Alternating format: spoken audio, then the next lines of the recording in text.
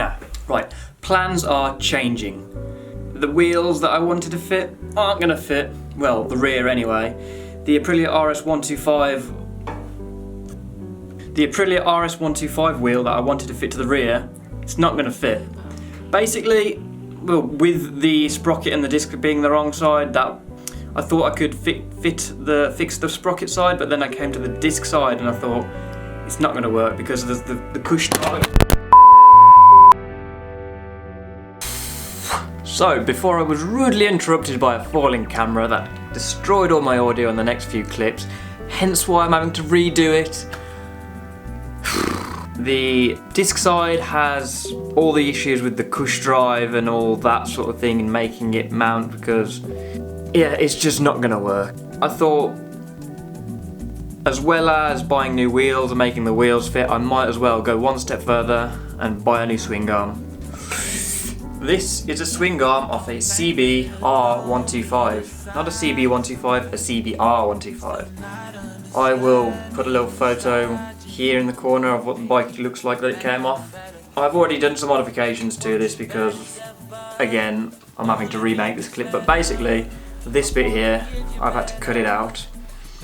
On the CB125, it doesn't have a centre bit because this is where the chassis goes, so what I had to do was clamp it down and cut out this centre part because I needed to fit in between as I say, this needs to fit around the chassis. So I did all my measurements, I cut it in the places I need to cut it, so just about fits.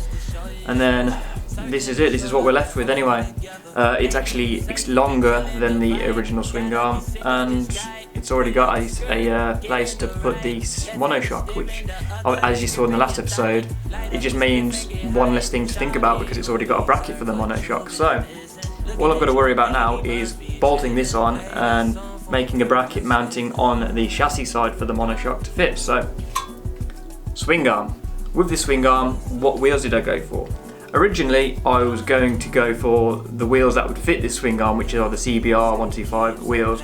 I ordered a set, you know, complete set with disc, sprocket, cush drive, everything, front and rear, so I had a matching set because I thought if I'm going to go for the rear, I might as well get the front and make them match. So, but upon ordering, and I got them yesterday, they sent the wrong wheels. They sent me Yamaha Yzf Wheels. As you can see, it's quite nice and chunky, but looking at it, they might fit. And again, I also got the front wheel to match, which is looking good. So alongside these wheels that I've got to now try and get to fit, I've ordered a few other bits. So these are universal headlight mounts. I've used Jubilee clips simply because my forks are huge. Jubilee clips for the win. I know it's kickstart, but it's a little bit of safety feature really. Just being able to kill the ignition with a key.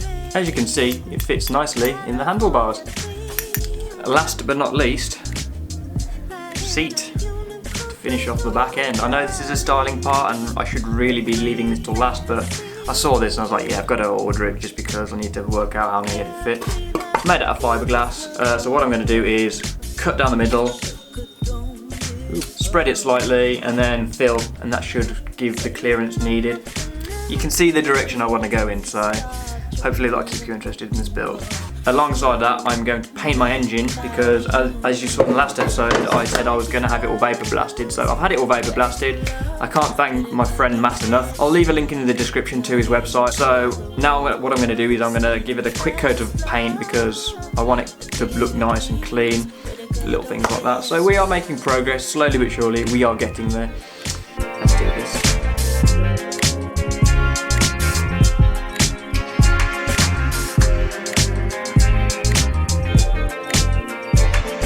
Toothbrushes for 16 pence to hopefully get in the fins. There's still like some bits of grease that I can clean out from around here, but let's just get it painted.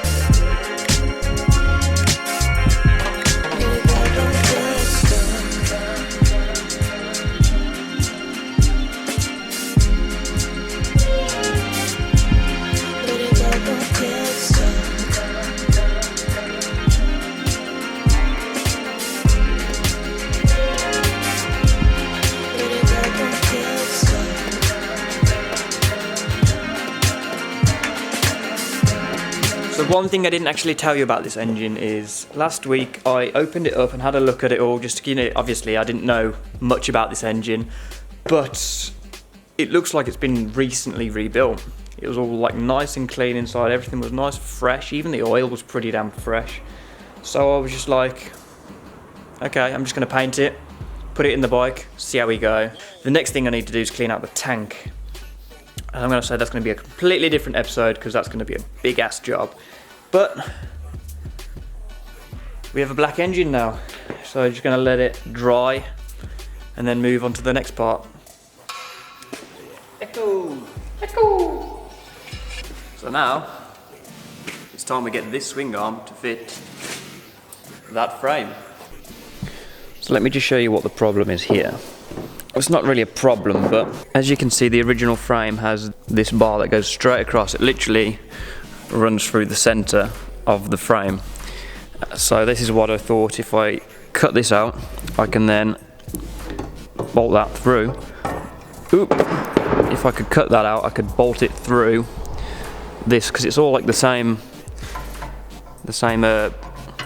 internal diameter for both that and that. So what I'm going to have to do is I'm going to have to grind these back, or cut them back, in order to make the room for this to fit and just slot over. And as I say, this has already got the mounting point for the bottom of the coil. So all I need to do now is, obviously when it's all properly bolted up, I need to make a bracket somewhere to get that to fit. So I'm also going to be cutting off the unnecessary bits that I've got on the frame. Like now I've got these two, the shock mat tops that bolt to the side of the frame, they're going to come off. I'm also going to cut off all these old brackets that we don't need, so grind time. Perfect! Yay!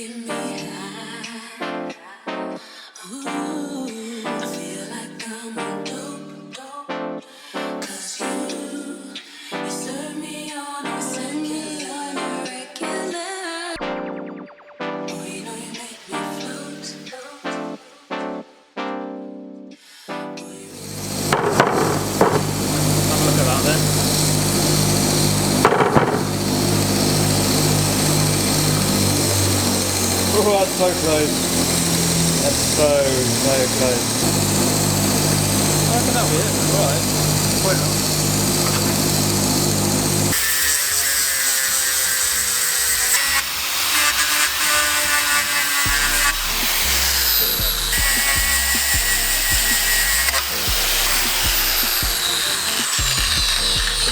Smooth over it. So I'm just going to let you know where we are at it now. We've I've got the swing arm to fit, and it kind of like fits over nicely, but obviously when we cut them bits off, we didn't realise, well I didn't realise should I say, is that there was collars in the other side and they stopped before this frame. So what we've had to do is, the bits we've chopped off, my Matt has kindly ground them down so we can get them to fit in here to make new collars to fit inside. So at this point now, because obviously we don't want these hanging out, we're going to cut them down flush, and he's gonna like re-weld all this, so then and then flush them all back down, just to make a nice tight fit. But we're getting there. It's happening. Yeah.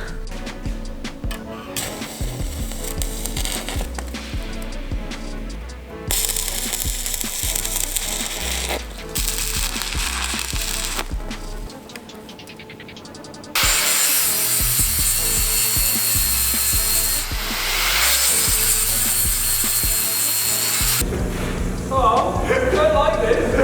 Oh my god. The moment of truth.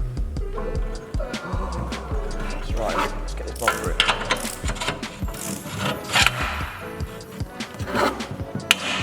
Oh. We are through! Yeah.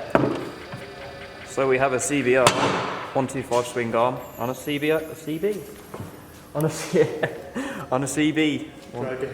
Take 2. Alright, so we have a CBR 125 swing arm on a CB 125.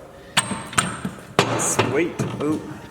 So that means all we have to do now is fabricate a bracket for this Monoshock. And that'll be in the next episode. Shocking. So now we've got to this point, I'm going to end the video. We've actually got the swing arm fitting the chassis. I'm going to end this video, and next episode it's fabrication. So, as always, if you could like this video, subscribe if you want to see more, and comment if you've got any questions about the process of me building this or how I've done this, because I'll happily answer. So, I'll see you in the next video, guys. Cheers, bye.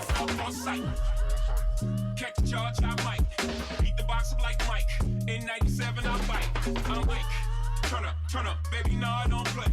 Now eat the cake, anime, say, I'm nice. For y'all to reach the